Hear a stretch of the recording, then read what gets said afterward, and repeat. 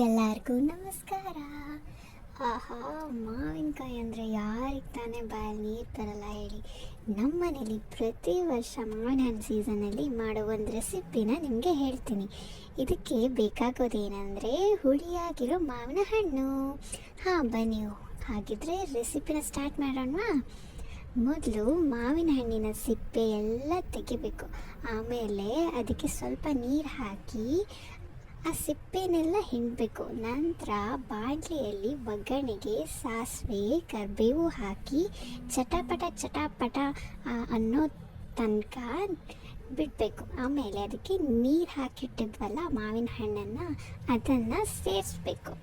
ಅದಕ್ಕೆ ಸಿಹಿಗೆ ನಿಮ್ಗೆ ಎಷ್ಟು ಬೇಕೋ ಅಷ್ಟು ಬೆಲ್ಲನ ಸೇರಿಸಿ ಕುದಿಲಿಕ್ಕೆ ಬಿಡಬೇಕು. ಮಾವಿನ ಹಣ್ಣು ಮೆತ್ತಗೆ ಆಗೋ ತನಕ ಕುದಿಯೋಕ್ಕೆ ಬಿಡಿ. ಆಮೇಲೆ ಕಾಯಿ ತುರಿ ಸ್ವಲ್ಪ, ಕೆಂಪು ಮೆಣಸಿನ್ಕಾಯಿ ಸ್ವಲ್ಪ, ಜೀರಿಗೆ ಚಿಟಿಕೆಯಷ್ಟು ಹಾಕಿ ರುಬ್ಬಿದ್ರೆ ಆಯಿತು. ಕಡೆಗೆ ಆ ರುಬ್ಬಿದ ಮಿಶ್ರಣ ಇದೆಯಲ್ಲ, ಅದನ್ನು ಆ ಕುದೀತಾ ಇರೋ ಮಾವಿನ ಹಣ್ಣಿಗೆ ಸೇರಿಸ್ಬಿಟ್ಟು ಸ್ವಲ್ಪ ಉಪ್ಪು ಸೇರಿಸಿ ಕುದಿಲಿಕ್ಕೆ ಬಿಟ್ಟರೆ ಮಾವಿನ ಹಣ್ಣಿನ ಸಾಸಿವೆ ರೆಡಿ ಆಗುತ್ತೆ. ಟಾಟಾ ಟಾಟಾ, ಬಾಯ್ ಬಾಯ್, ಸಿ ಯು.